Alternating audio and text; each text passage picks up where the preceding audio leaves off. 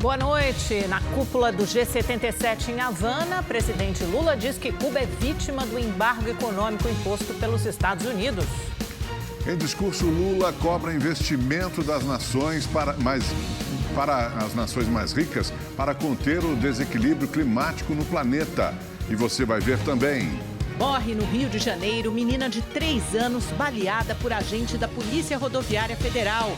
Ministério Público pede prisão dos envolvidos no crime.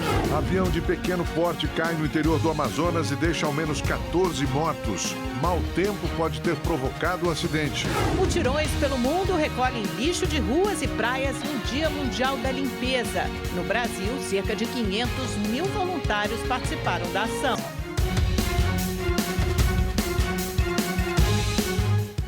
O presidente Lula condenou os embargos impostos a Cuba pelos Estados Unidos. Lula participou da cúpula do G77 mais China em Havana e cobrou ajuda para as ações relacionadas ao clima de países ricos para as nações em desenvolvimento. O repórter Marcelo Oliveira acompanhou o encontro. Durante o discurso, Lula condenou o isolamento imposto a Cuba por outras nações. Cuba tem sido defensora de uma governança global e até hoje é vítima do embargo econômico ilegal. O Brasil é contra qualquer medida coercitiva de caráter unilateral. Rechaçamos a inclusão de Cuba na lista de estados patrocinadores de terrorismo. Em 2015, durante a gestão de Barack Obama, os Estados Unidos se reaproximaram de Cuba e retiraram o país da lista de patrocinadores do terrorismo, mas o governo Trump revogou a medida. No discurso, Lula cobrou dos países ricos o financiamento prometido para que as nações em desenvolvimento possam trabalhar com mais eficiência no combate às mudanças climáticas e ponderou que o peso que as nações mais ricas têm sobre o aquecimento global não é o mesmo dos países em desenvolvimento. Vamos promover a industrialização sustentável, investindo em energias renováveis, na sociobioeconomia e na agricultura de baixo carbono.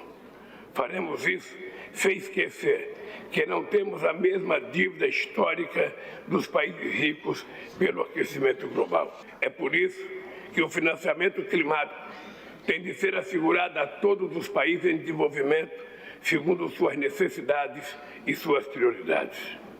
No caminho entre a COP28 em Dubai e a COP30 na cidade de Belém, no estado do Pará, será necessário insistir na implementação dos compromissos nunca cumpridos pelos países ricos. O G77 reúne países em desenvolvimento em busca de interesses econômicos e sociais em comum. O bloco é formado por 133 nações, mais a China. Lula destacou o tema da cúpula deste ano: ciência, tecnologia e inovação, e a importância da transição energética. O projeto de diretrizes globais para a regulamentação de plataformas digitais da Unesco equilibra a liberdade de expressão e o acesso à informação com a necessidade de coibir a disseminação de conteúdos que contraria a lei ou ameaça a democracia e os direitos humanos. A segunda grande mudança em curso no mundo é a transição energética. A emergência climática nos impõe novos imperativos, mas a transição justa traz oportunidades. No início da tarde, houve um encontro bilateral com o diretor-geral da Agência de Segurança Alimentar da ONU, Chiu Dong-hyo. Após o almoço, Lula deixou o hotel em Havana sem falar com a imprensa. O presidente seguiu para o Palácio de la Revolución, onde se encontrou com o presidente cubano Miguel Díaz-Canel. Após o encontro com o presidente de Cuba, Lula fez uma visita ao ex-presidente Raul Castro. O encontro não estava previsto na agenda oficial e acabou atrasando o embarque da comitiva para Nova York. Na semana que vem, Lula faz o tradicional discurso de abertura na Assembleia Geral da ONU nos Estados Unidos. Esse será o 8º discurso de Lula na abertura da Assembleia das Nações Unidas. De Havana, Marcelo Oliveira para o Rede TV News. Pesquisa Datafolha mostra que 52% dos brasileiros entendem que o ex-presidente Jair Bolsonaro cometeu crime no caso da venda das joias presenteadas pelo governo saudita. 52% dos entrevistados acham que Bolsonaro cometeu um crime, 38% que ele não cometeu e 10% não souberam responder. O Datafolha também questionou se as pessoas ouvidas acreditavam que o ex-presidente sabia da venda. 68% disseram que sim, 17% acham que ele não sabia e 15% não souberam responder. A pesquisa perguntou ainda se os entrevistados acreditam que joias e outros presentes para autoridades devem ser considerados itens pessoais. 47% opinaram que sim, 42% afirmaram que os bens devem ser públicos e 11% não souberam responder. A pesquisa ouviu 2.016 pessoas entre os dias 12 e 13 de setembro. A margem de erro é de 2 pontos percentuais para mais ou para menos. E pesquisa Datafolha aponta ainda que mais de 60% dos brasileiros acreditam que oficiais das Forças Armadas se envolveram em irregularidades durante o governo de Jair Bolsonaro. Para 61% dos entrevistados, os oficiais das Forças Armadas estiveram envolvidos em irregularidades durante o governo do ex-presidente Jair Bolsonaro, do PL. 25% não acreditam na hipótese e 14% não souberam responder. A pesquisa ouviu 2.016 pessoas entre os dias 12 e 13 de setembro. A margem de erro é de 2 pontos percentuais para mais ou para menos. O discurso do prefeito de Barra do Piraí, município do Sul Fluminense, provocou polêmica. Mário Esteves, do PROS, disse que as meninas da cidade deveriam ser castradas. A fala foi durante a inauguração de uma estrada em Barra do Piraí, no interior do Rio. Ao lado de outras autoridades, o prefeito Mário Esteves disse, mencionando o secretário municipal de saúde, Dione Caruso, que as meninas devem ser castradas. O que não falta em Barra do Piraí é criança. Cadê o Dione? Tem que começar a castrar essas meninas, cara. Controlar essa população é muito filho, cara. E segue dizendo que deveria haver uma lei para limitar a quantidade de filhos. No máximo 2, né? Porque haja creche para ser construído ao longo dos próximos anos. Isso tinha que ser um projeto federal, estadual, municipal, porque precisa, sim, desse controle e é muita responsabilidade colocar filho no mundo. Em nota publicada nas redes sociais, Mário Esteves disse que não teve a intenção de ofender nenhuma parcela da população, que reconhece que a troca do termo técnico laqueadura por castrar foi um equívoco e lamentou a colocação inadequada da palavra. O Rede TV News faz uma rápida pausa. Voltamos já. A menina Heloísa, baleada durante uma abordagem policial no Rio de Janeiro, morreu hoje, depois de 9 dias internada. Ao vivo, o repórter Tony Vendramini traz as informações sobre essa tragédia. Oi, Tony, boa noite. É até difícil dar boa noite, né? Porque esse caso é uma tristeza imensa para a família de Heloísa, para todos nós brasileiros. E, olha, sinceramente, é importante que haja uma investigação séria e contundente para punir quem deve ser punido. Sem dúvidas, Amanda. Boa noite para você, boa noite, Augusto. Boa noite a todos que nos acompanham. A Heloísa dos Santos Silva, de 3 anos, já havia apresentado uma piora no estado de saúde durante a semana e na manhã de hoje sofreu uma nova parada cardiorrespiratória, só que dessa vez irreversível. Ela estava internada no Hospital de Saracuruna, na Baixada Fluminense, desde o dia 8 de julho. Ontem, o Ministério Público Federal pediu as prisões preventivas dos 3 agentes que participaram da abordagem ao carro onde a Heloísa estava na Baixada. Um deles já admitiu ter feito os disparos. Vamos ver na reportagem. O corpo da menina Heloísa dos Santos Silva, de 3 anos, passou o dia no Hospital Adão Pereira Nunes, em Duque de Caxias, região metropolitana do Rio de Janeiro. A criança foi atingida por 2 tiros de fuzil quando viajava de carro com a família no feriado de 7 de setembro. O pai dela, que dirigia o veículo, contou que passava pelo Arco Metropolitano, na Baixada Fluminense, quando teve o carro alvejado pela Polícia Rodoviária Federal. Em depoimento, o agente Fabiano Ferreira admitiu ter disparado 3 vezes depois que o motorista desobedeceu uma ordem de parada. O pai da criança negou que tenha sido abordado e disse que não sabia que o carro comprado há pouco tempo era roubado. 2 dias depois, câmeras do hospital onde Heloísa ficou internada flagraram um agente da PRF entrando na unidade sem se identificar. Ele seguiu para a emergência pediátrica e foi barrado. A conduta do policial também está sendo investigada. Entre 2022 e 2023, 15 crianças foram mortas em tiroteio no nosso estado. Dessas, 6 em operações policiais. Como explicar erros tão grosseiros e absolutamente trágicos? Raramente esses policiais são punidos. O Ministério Público e as corregedorias policiais, em grande parte, são responsáveis por isso. O ministro da Justiça e Segurança Pública, Flávio Dino, publicou nas redes sociais uma nota de pesar da Polícia Rodoviária Federal e reforçou que o processo administrativo foi instaurado no mesmo dia da ocorrência. O presidente Lula se manifestou, dizendo: morreu hoje a pequena Heloísa dos Santos Silva, de 3 anos, atingida por tiros de quem deveria cuidar da segurança da população. Ele finalizou prestando solidariedade à família. Morreu hoje o 5º suspeito de ter participado da morte de um policial federal em Salvador. Vitor Eduardo Santos Dantas foi baleado durante um confronto com a polícia. Segundo a Secretaria de Segurança Pública, ele era comparsa dos outros 4 homens que morreram durante uma operação que também vitimou o policial federal Lucas Monteiro Caribé, em Salvador, ontem. Outros 2 agentes ficaram feridos.